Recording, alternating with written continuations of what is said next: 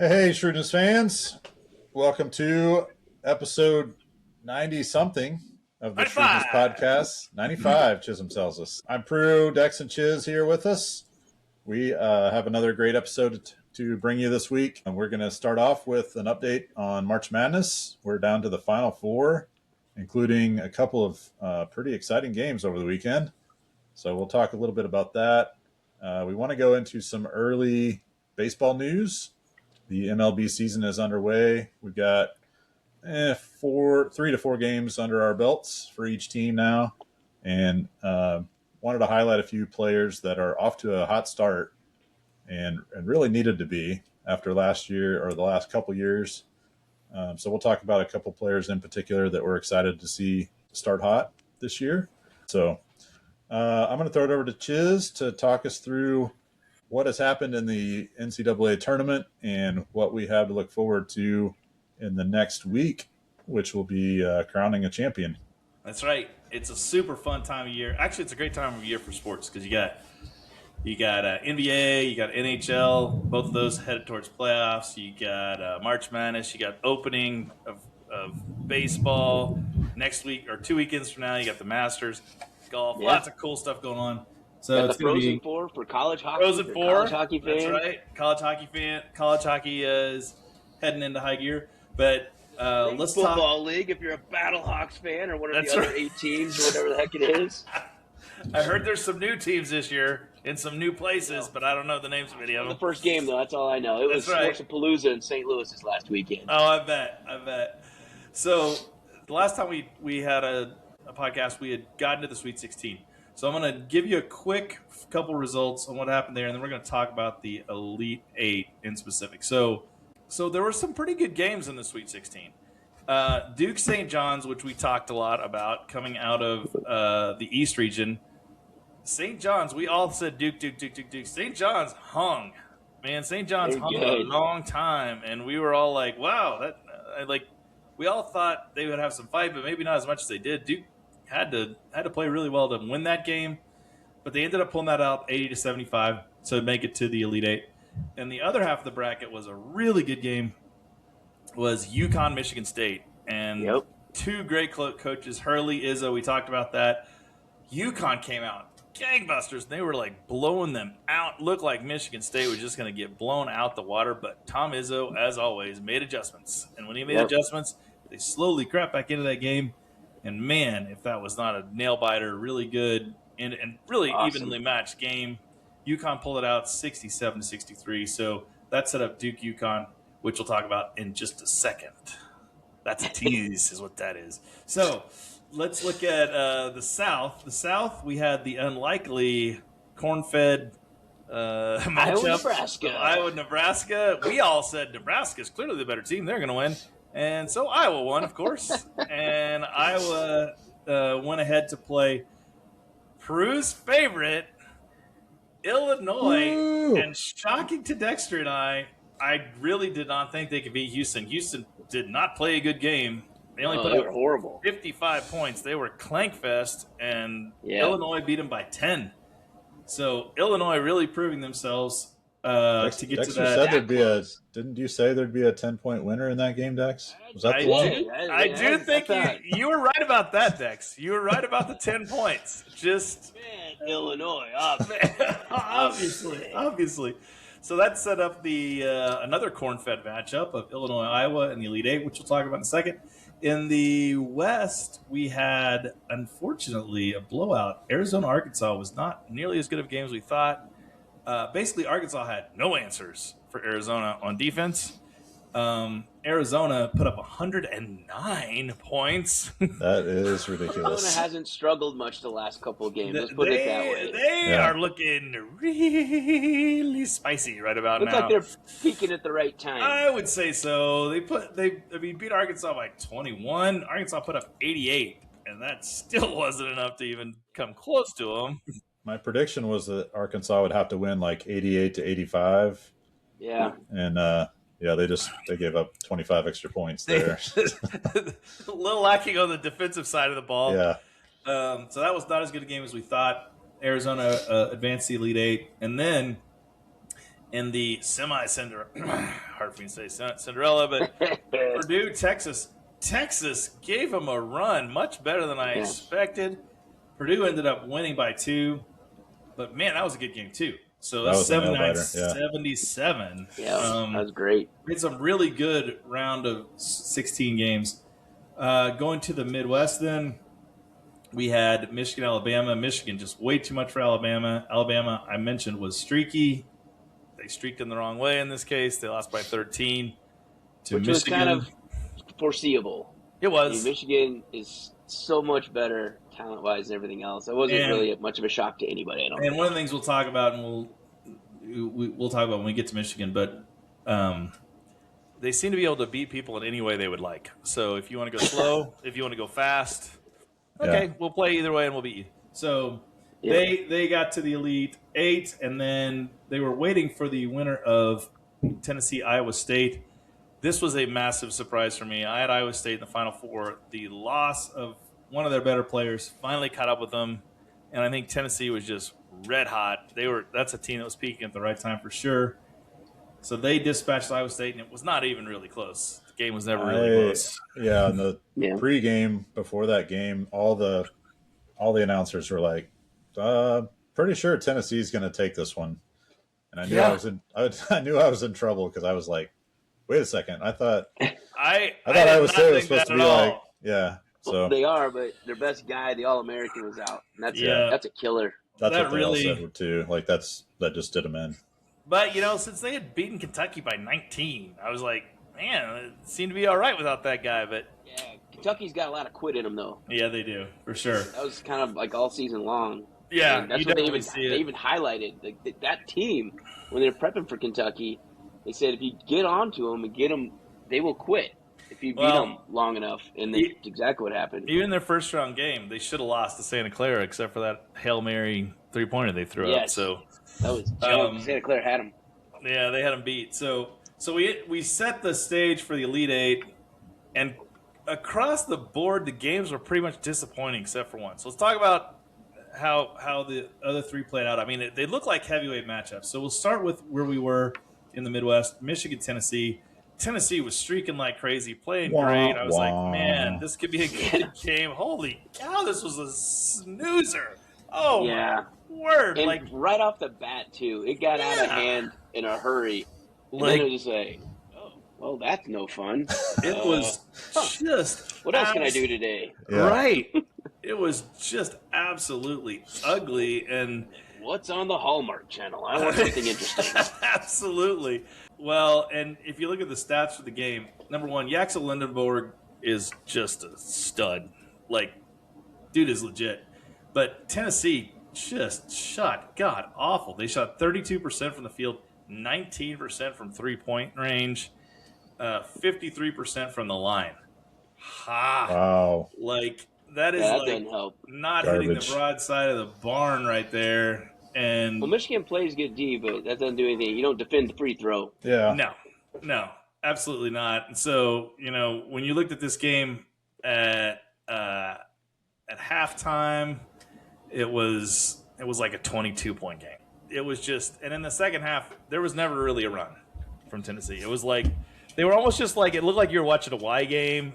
Guys are just kind of playing it out. It's like, all right, it was pretty boring.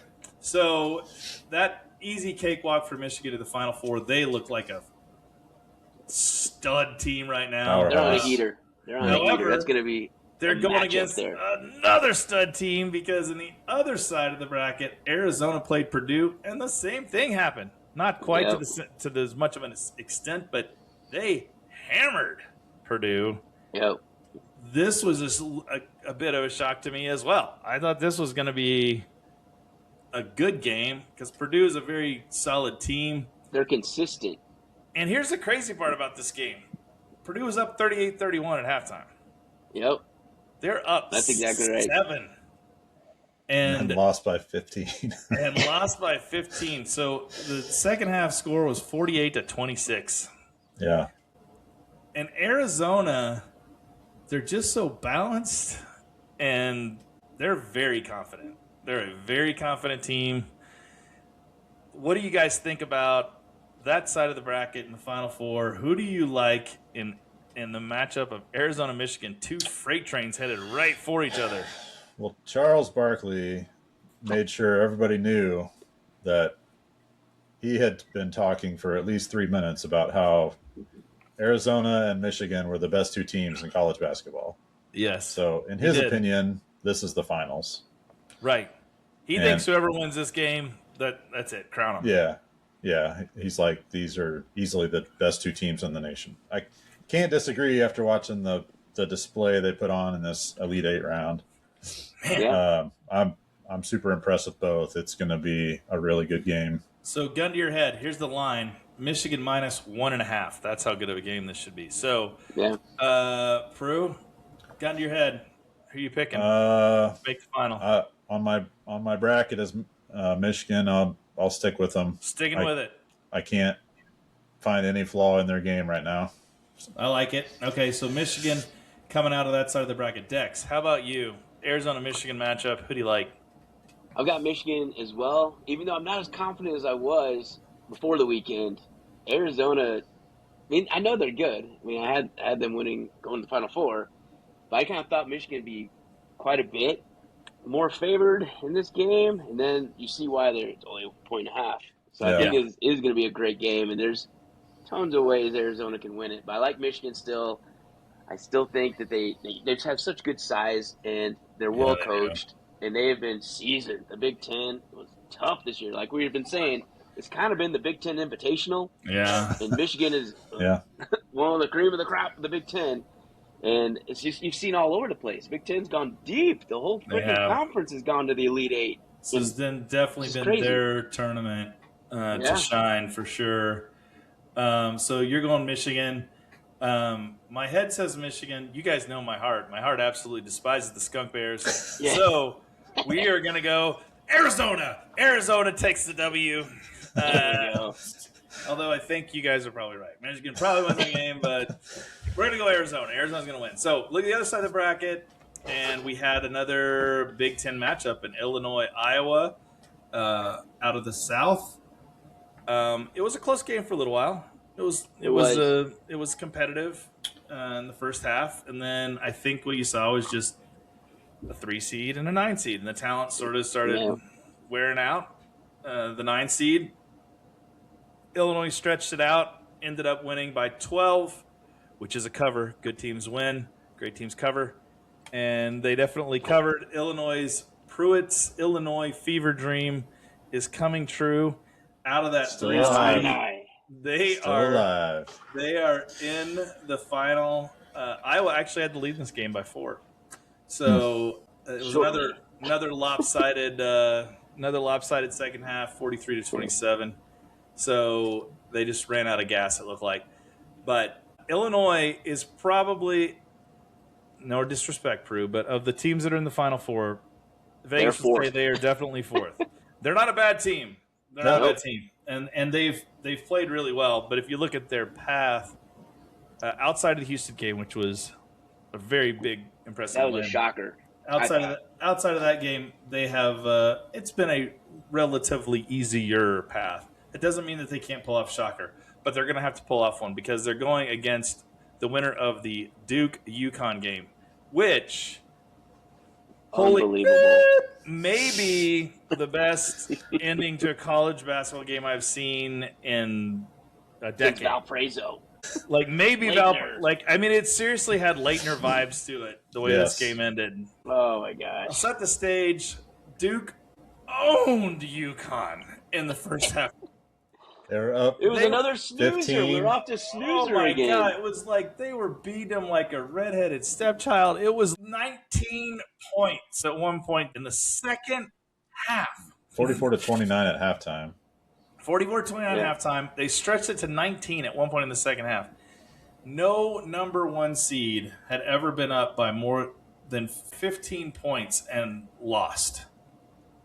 Okay, it always has to be the first one. Duke was the number one seed. They were up by 19 points. That said, Danny Hurley is one hell of a coach. I mean, I got a lot of respect for this guy. A lot of guys don't like him because he is a super disciplinarian, kind of in the old school Bobby Knight. He's not abusive like Bobby Knight, but some people would say not punching the kids. He's not hitting kids, but he is definitely not like this generation's safe space. You hurt my feelings. Like, it is not that at all. He is like, do your effing job. That is what kind of he preaches, and he's which is super kind big of into that responsibility in a way. It is. Yeah. I have a lot of accountability. Yeah. Oh, he's all about accountability because you owe it to your team and you owe it to yourself. So when you go to this program, you know you're going to be signing up for 6 a.m. workouts, and you're not going to be cruising. You're not going to be Mr. I'm a prima donna 5-star and I don't care. I didn't come here to play school. That's right. So somehow down 19 against an incredibly talented Duke team. Like, nobody should be able to really come back from 19 against Duke. The Boozer Bros. I mean, Carlos Boozer had a phenomenal game in this one. He is a legit player, you can't blame him for this. He's got NBA size and moves underneath. Like, he takes body shots and still puts it up. He really good. does. He's a really good player. Really like watching him play. But when you're up that much, you think it's over. And for those of you who didn't see, I'm sure you all saw, but the last play of the game was just befuddling. And I just kept saying to myself, and I think I said to you guys in a text, I can't imagine this happens under Coach K. No offense to Duke's coach now. He's a younger guy. He's learning. But he probably didn't tell him to throw the extra pass either. Sometimes that's not coaching. That's just a young freshman making a bonehead play in the excitement of the moment. Yeah. I don't know. I hear what you're saying. I totally agree. But if you look at that, if you set up the scenario, they were down. Connecticut's down 3. They have a 1 or 2 shot free throw. They missed the first. They hit the second, and you're like, well, they're screwed because they're down 2. There's 10 seconds left. You got a foul. You hit 1 free throw. The worst that happens is you go to overtime. And so, I mean, it's all in Duke's hands. They call timeout to get organized, and they inbound the ball, and it was like it was like slow motion as you were watching. You saw this happening as a fan. You're watching it, and it's like a little shaky getting the ball in to begin with, and then like the whole team, there's like a collective panic over the Duke team, and it was like, get the ball away. For no real reason either. The inbound pass is by far the most stressful. Yes. And when that happened, I was like, okay, they're great. 2 guys collapsed on Boozer. He throws it back to the inbounder. Yep. Who was unguarded. Right? Who could have stood there another second at least, maybe 2 seconds. They want to foul you, remember. Right. They want to foul you. 10 Let seconds, them foul you. 10 seconds left in the game, so there's no reason you have to get across midcourt. No, You're not going to get a violation. Right. So just hold on to the ball, wait for pressure, and then give it up. He immediately gives it up, and he puts it into the hands of a freshman. Yep. Little Booze. Who, again, didn't need to pass. Just stand there, hold it, wait to get fouled. Hold it, and put elbows up. Make him put you on the charity stripe, guys. And I think he saw daylight at the far end of the court. To your point, Prue, I think he saw a guy streak, and he was like, I'm going to hit him. I mean, it wasn't a bad thought. It's just it's not situational basketball. Yeah. It was unnecessary for the situation, and every time you pass, you put the ball in harm's way. Totally. Right. And UConn made a phenomenal play. The 2 guys that were there on him, which means obviously somebody's open, but 2 guys on him, he throws it. He made the worst kind of pass, too, which was up in the air. So it's like you tipped.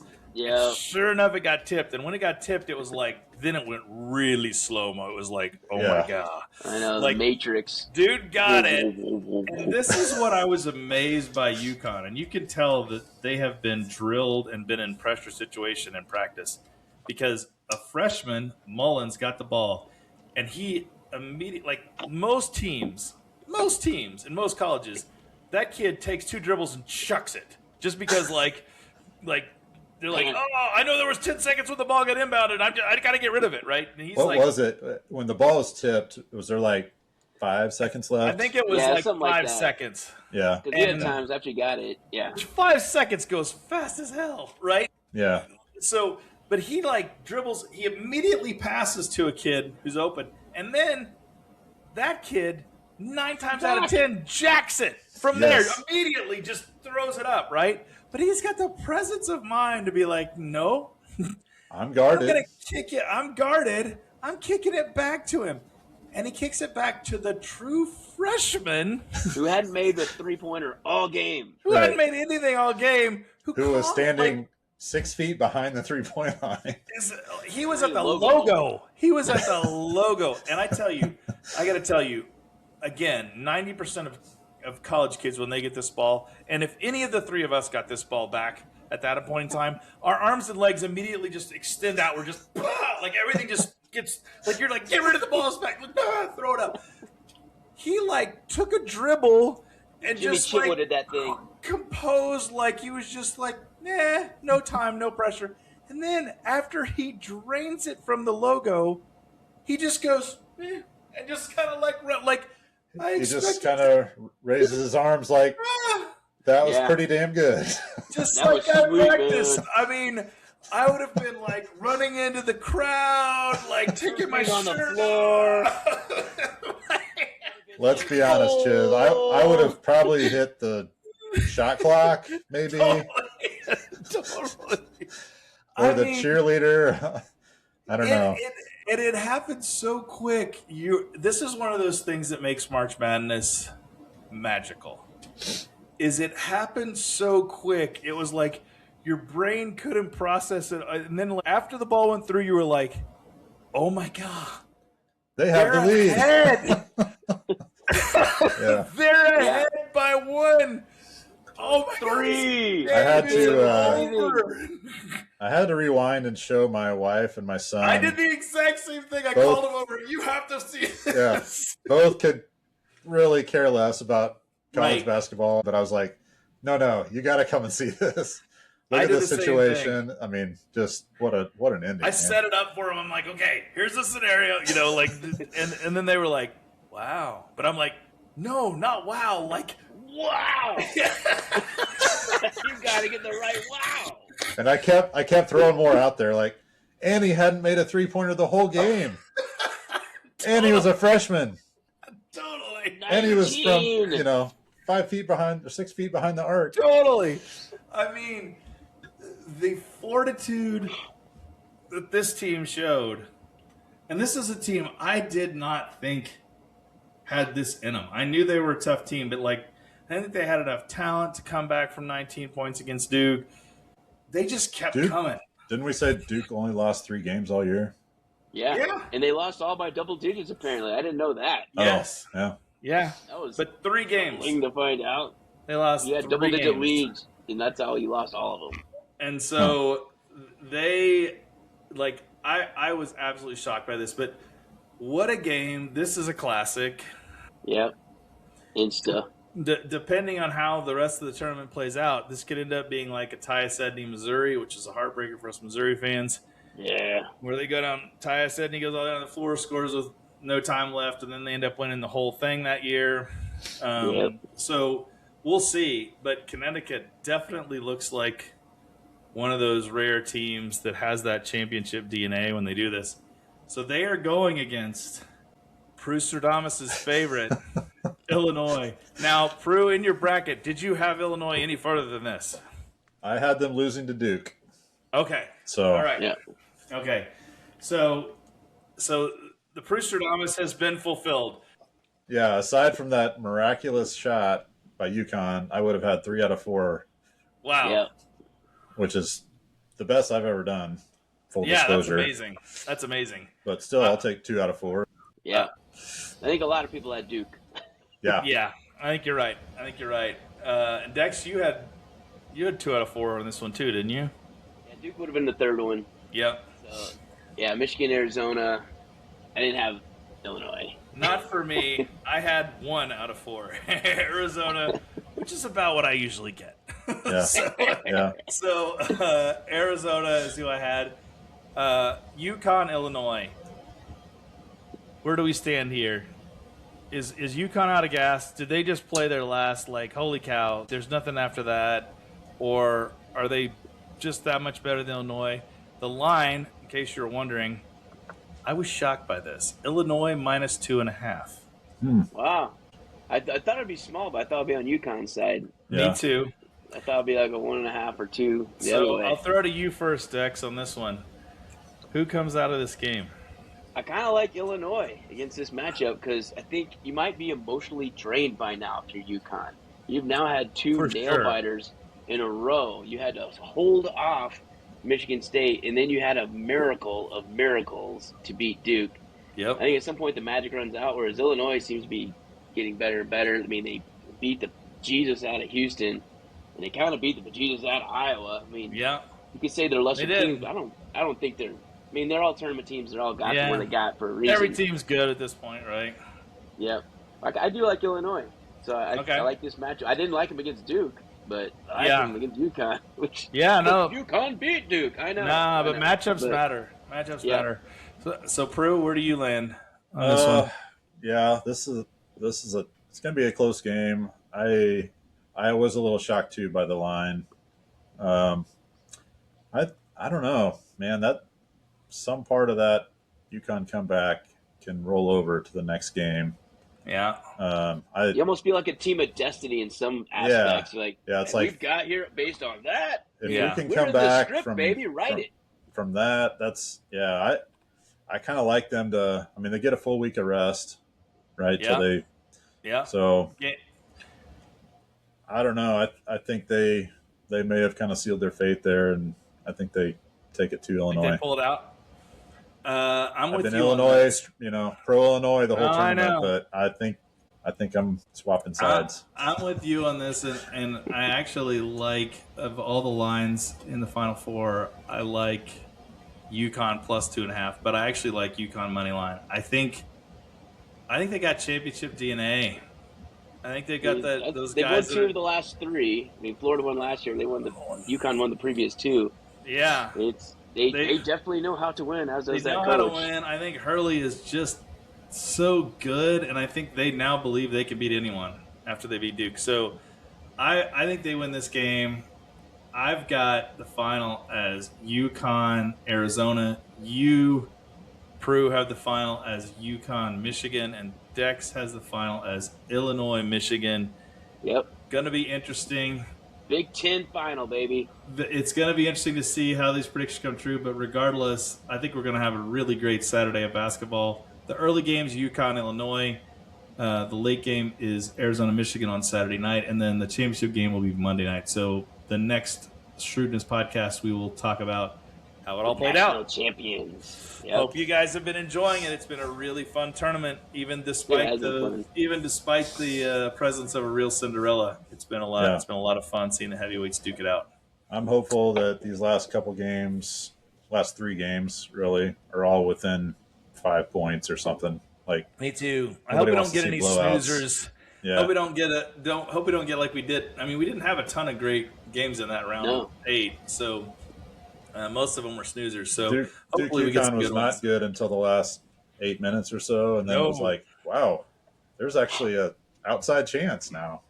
The great thing about college basketball is these kids are so like up and down. You never know what's going to happen. Like they're not pros, and they don't have the emotional, stability of these guys that have been in these situations all the time. So. Well, some of these guys have been averaging 20 points a game, and then they show them with 5 minutes left to go, and he has 3. Yeah. We needed you the most. Totally. We have 1 bucket. You're 1 for 8 Totally. on threes today. Come on, man. It happens. It happens in the tournament. And, we talked about matchups. Sometimes you get a guy, you haven't gone against a guy that can shut you down the whole year, and all of a sudden you're going against a guy, and he is better than you on defense. And you're like, what? It sucks. How do I do this? I'm used to 2 dribbles and a shot, and I'm good. And, you try and get the pick to get a different guy on you, and he goes through the pick. He's like, no, you're not getting rid of me that easy. Yeah. Right. I'm still here. Right. And so it does make it makes it a lot of fun to watch. So Hope you guys enjoy this weekend of basketball. Okay, so shift gears. I'm going to toss it over to Dex. We're going to talk about we had the MLB season kickoff. Love this time of year. Can I just say before we go into your section, Dex, I have a formal complaint that I would like to file with Major League Baseball. I get super excited for Major League Baseball all season long. I'm very excited, right? Yep. I get a game, and then an off day. Okay, hold on. I got jazzed for the season, the entire off season. I get a game, and if my team loses the first game, I gotta wait 48 hours to see a second game. Why do we have a day off after opening day? Wait for the day off later. You even get to see your team because they're usually blacked out or on some service you don't have that they're not making you sign up for because everything's on Apple or Netflix or this Amazon. is like Peacock they are. Yeah. They're starting to try and ruin it. How to kill a fan base, right? Is like make it hard to find your sport. But that's Don't let local fans watch the local team. That'll absolutely. They love watching everyone else's teams. The blackout rules of MLB. We'll have a whole show on blackout rules of MLB. Oh yes, we will. But that's my my pet peeve. So, but anyway, Dex, there have been some interesting starts to the season. I think you're going to lead us through some of them. That's right. So every year is hope eternal for both the teams and the players. So they went through spring training, and if they did well, spring stats matter. If they suck, spring stats don't matter. And but some of these guys, the stats do matter. They're either new free agents or like veterans coming off a bad year or younger players that kind of were good and then they slipped. There were a few players that desperately need to have a good start for their teams and for themselves. And so we wanted to highlight a couple of those guys for you, for their respective teams. So I told my fellow hosts here, like, pick a player that really needed to have a good start. So there's tons of players having good starts, but some were like, Christian Yelich, he's having a great start, but he was also awesome last year for Milwaukee, and he's just doing yet another one for an MVP-type player that has a good start. It's not that shocking. It's cool, and I'm happy for Christian Yelich. But I want to kick it over to some of the guys that we haven't seen excellence from them in a year or two, or their young kids that needed it. And I want to kick it over to and just kind of highlight which guys desperately need to have a good start. So, Prue, I'll start with you. Who has started this season off really well and needed it? Oh, man, for me, it's Mike Trout. The guy is just so talented, and for years and years, he's just struggled with injuries. And I think a couple years ago, he just got off to a terrible start and got even worse, and maybe overcompensating for some lingering pains or whatever. But his first 4 games, he did go 0 for tonight, his first 0 for of the season. But first 4 games, 2 home runs, 7 walks. Yes, like a 600 something on base percentage. Nice. 6 hits, I think. Like I said, a couple home runs. I think he scored 5 runs, something like that. I had it pulled up and then I lost it.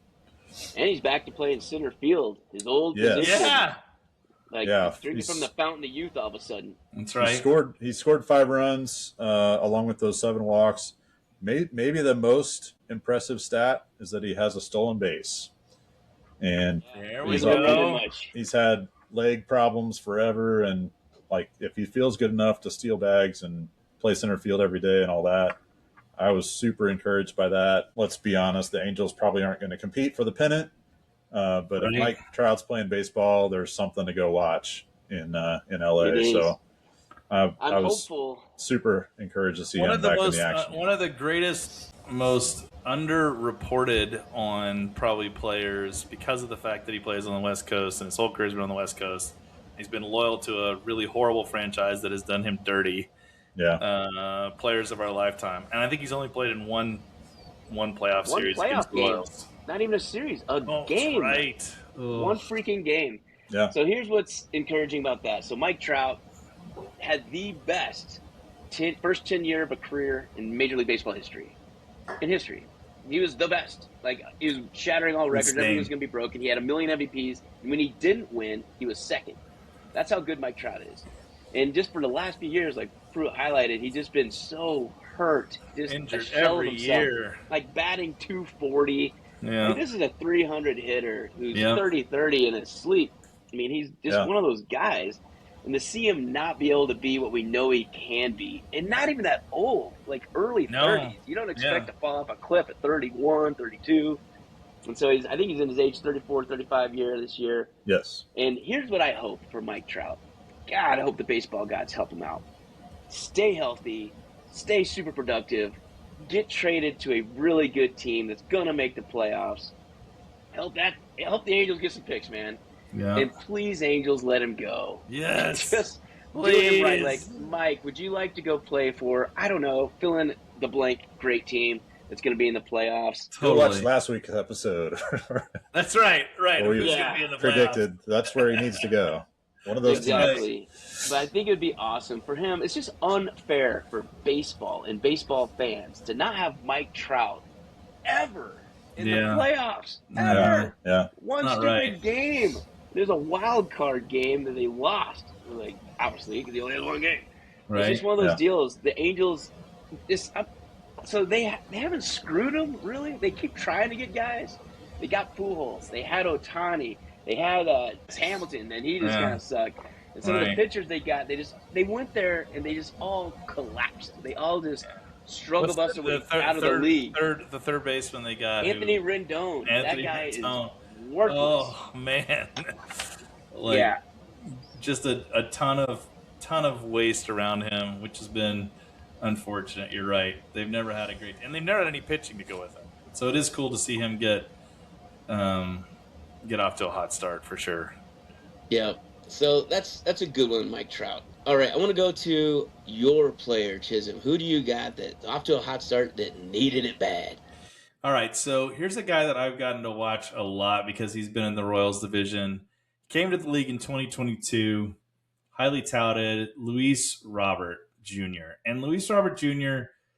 is a guy who, I got to say, the word on the street around him is he just doesn't work that hard.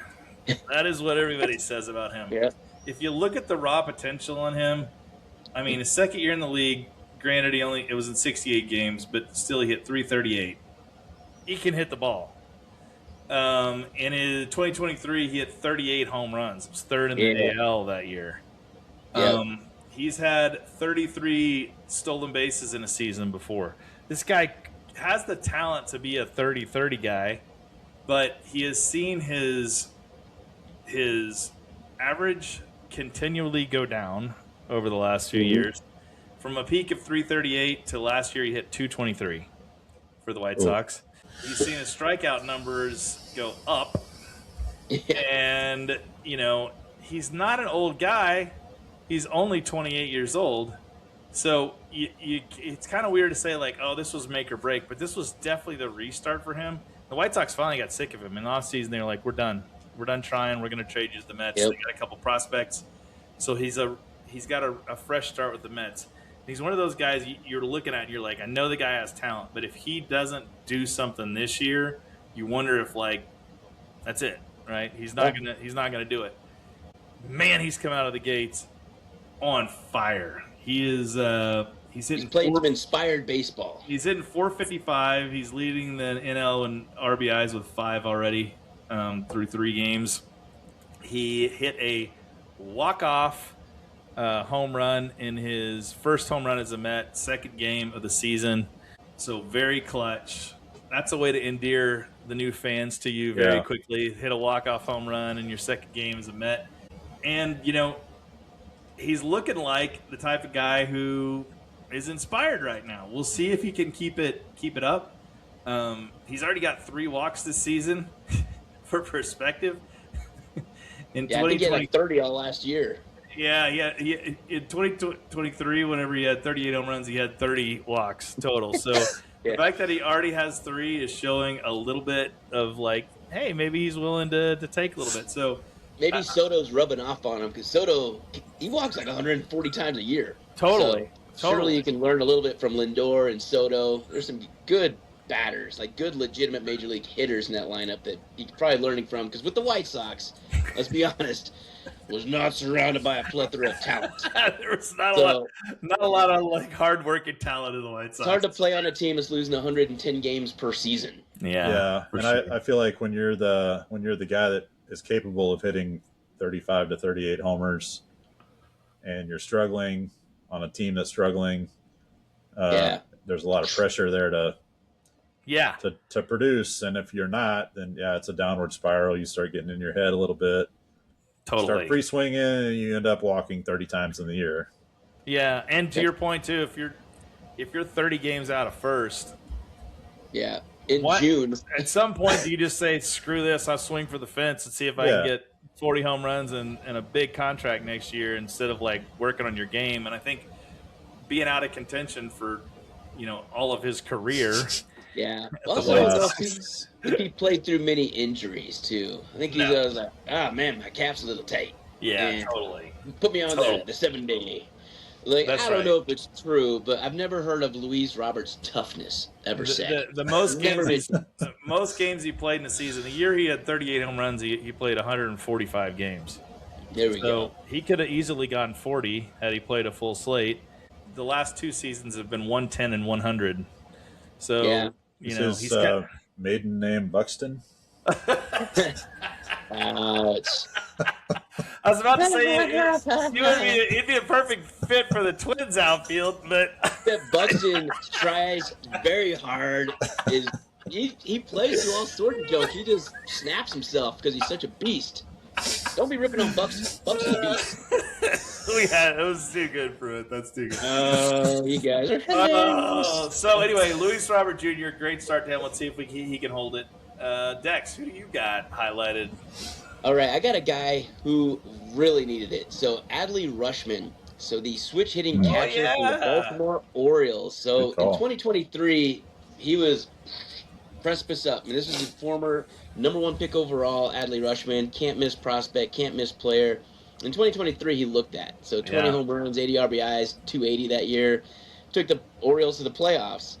Since then, he's trended down and down, and it's just been terrible. And it kind of bottomed out last year. 90 games with this crappy stat line: 9 homers, 29 RBIs, 220, 307 on base. I mean, good. Yeah. 673 OPS, which is just atrocious for an all-star caliber catcher. That's bad. So he should be looking more like Cal Raleigh and less like fill-in-the-blank poop stick catcher. So the other issue is that they got their top prospect in the organization. So the Orioles they've been cranking him out. But the next newest, toughest bad A is Sal Basallo, who is a catcher. And it's like, oh no, Adley. Yeah. That's not good. And he needed to start off hot or he's going to lose his job. So Adley Rutschman, and the team supported him. So this offseason there was talk that Adley Rutschman may be the backup catcher to Sal Basallo. But the ownership and the GM and manager like, no, Adley's our guy. But sometimes you say that, you don't really mean it. Like, for 2 weeks he's our guy. The story changes behind closed doors sometimes. Totally. That's right. But Sal Basallo is a ton of power. He's a hit tool first catcher, so he's not quite a Mike Piazza behind the plate. He's better than that, but not much. So he's a hit first catcher, but they want offense right now. They need to score some runs.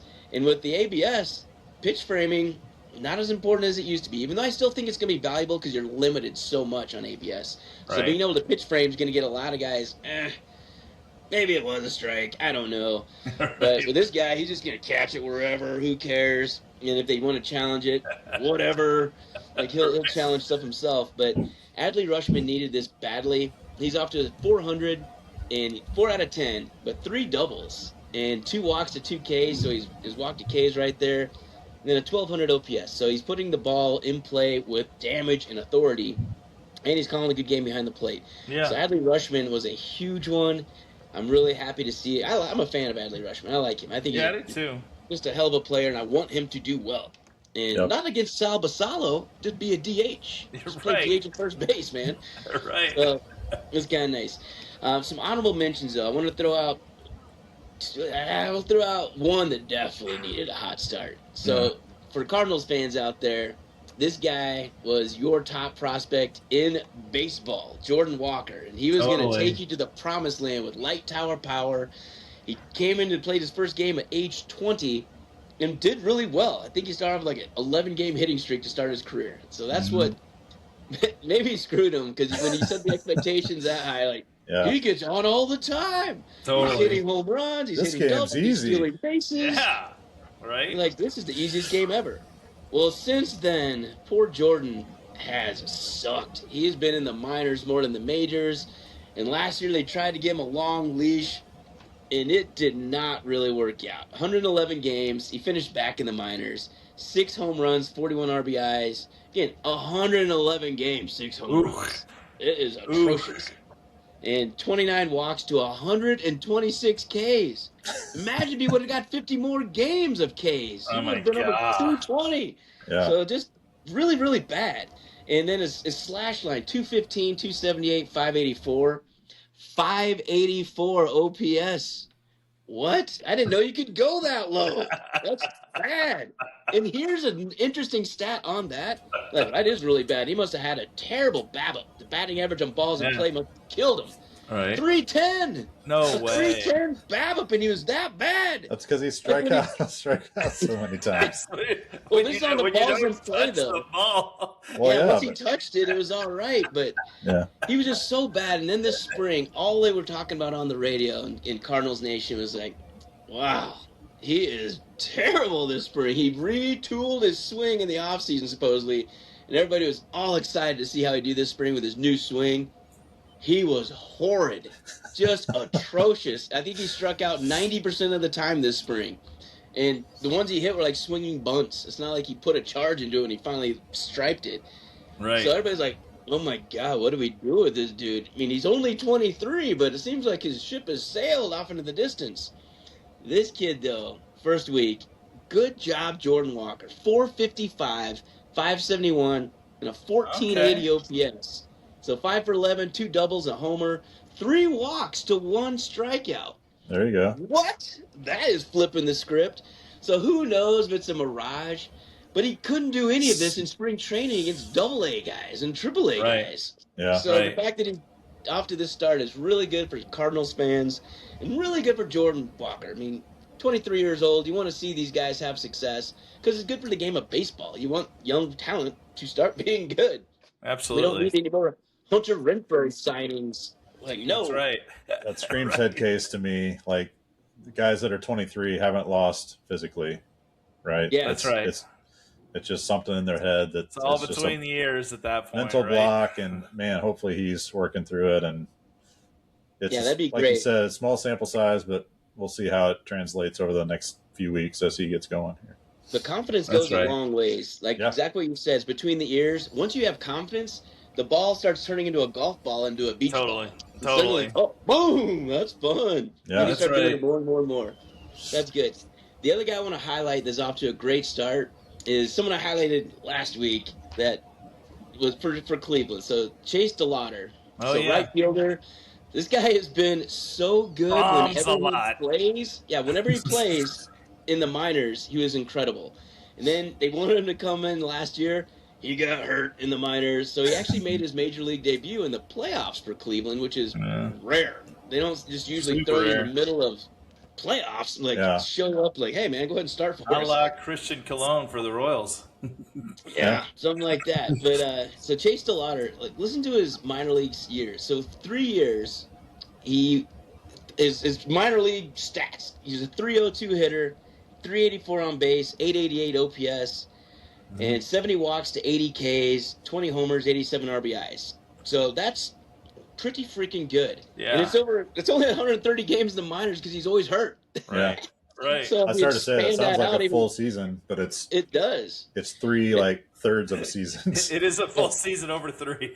Yeah. It is. So for the former first-round pick for Cleveland, this year he's off to a start that is just maddening. So he's leading the majors in home runs. In 4 games, he has 4 home runs, 5 RBIs. He's 6 for 17 with a 353 average and a 1412 OPS. So Chase DeLauter, good start. Wow. Stay vertical. It's kind of cool. I don't want you to do it against the Royals, but against everybody else, go ahead and beat them. Absolutely. So it's cool to see a kid with that much talent have a good start because he needed it too. And if he just stays healthy, I think, I said, he could be in the running for Rookie of the Year. He could. I mean, he's batting leadoff or in the top third of the lineup every game for Cleveland so far, and he's earning it. So he had 2 home runs, I think, in his. Was the first game he had 2 home runs? Might have been. I think so. Yeah, I think it was. The first game. And it was off Logan Webb, so it's not like he's going off floozies. He hit one off George Kirby, then he hit one off I think their closer. So Chase Lauder, good start for him too. That's kind of the ones I wanted to hit on there. And I think just as we watch these guys, it's gonna be fun watching the rest of the season play out. That's right. So we last week we highlighted a few rookies. We kind of threw out our predictions for Rookie of the Year, and then immediately the season starts, and J.J. Weatherholt has a huge first game. That's right. Lauder has a huge first game. McGonigal had a huge first game. I think he was 4 for 4. Yeah. In his debut. Yeah. But yeah, like 3 or 4 of the guys that we highlighted immediately started hot. So it's gonna make it fun to watch the next. See how it plays out the next. Absolutely. Few weeks. And then Absolutely. I gotta highlight this too, just on this surprise, because we put up our short, if you watched it on our socials, about is Scooble cursed, and Chisholm went on to his long rants, and then lo and behold, this past weekend, Skeens gets absolutely killed. I know. 4 runs. He didn't get out of the first inning. He gave up more runs. Unbelievable for him. That Worst start that he did his last 6 starts. Right. To finish last season. 6 starts. He gave up 6 runs. Right. And then Logan Webb blown out the first game against the Yankees for the Giants. So one of our Cy Young favorites, he couldn't keep the ball in the yard. He barely got through half the game. And then Tarek Skubal, Cy Young start. 6 innings, no runs, 7 Ks or something? Yeah. So Tarek just went middle fingers to the shrewdness, like, screw He's you. like, here's what I think about your your baseball gods cursing me. Here's what I think. Don't worry, I got Totally. some in the back pocket for them too. I've been paying them off. Absolutely. So good Hey, job, Scooble. Another right. honorable mention to another Scooble-like start from Mr. Waka for the Royals. Oh yeah. 6 innings, 7 Ks, I think, no runs. Yeah. All right, Dex. So that gives us a little bit about March Madness and what's been going on in March Madness, and a little bit of tease about what's coming with the baseball season, who started off hot. So take us home. All right, so hopefully you enjoyed that preview. Hopefully your brackets are hopefully maybe even better than Pruitt. So he got 3 of the final 4. That's pretty darn good. Oh wait, Not 2. bad. 3. No, just two. Just 2 because Duke We'll screwed call us it. with the We'll 3. round up to 3. I know, round 2.5. up, 2.5. 2.5. Until the last second. Just hold the ball and get fouled. Yeah. We had it. So anyway, that was fun. As we keep going through the baseball season, we're going to be kind of pivoting more over to baseball. We'll obviously be doing some more NFL drafts as it comes up. We are doing a Kansas City Royals preview episode that we already teased on that, so check that one out. We'll have 2 episodes this week. One is just on the Royals preview, kind of what they have, what to look forward to. But anyway, as we get to this weekend, we got March Madness finals. It's going to be awesome, Final Four. We're looking forward to it. We can't wait to watch. So next week we'll have all the talk and discussion about our new national champion, whoever that may be. It's down to 4. And we'll have all the fun facts for that one too. So until next week, enjoy the games this weekend. And as always, stay shrewd. Stay Stay shrewd, everybody.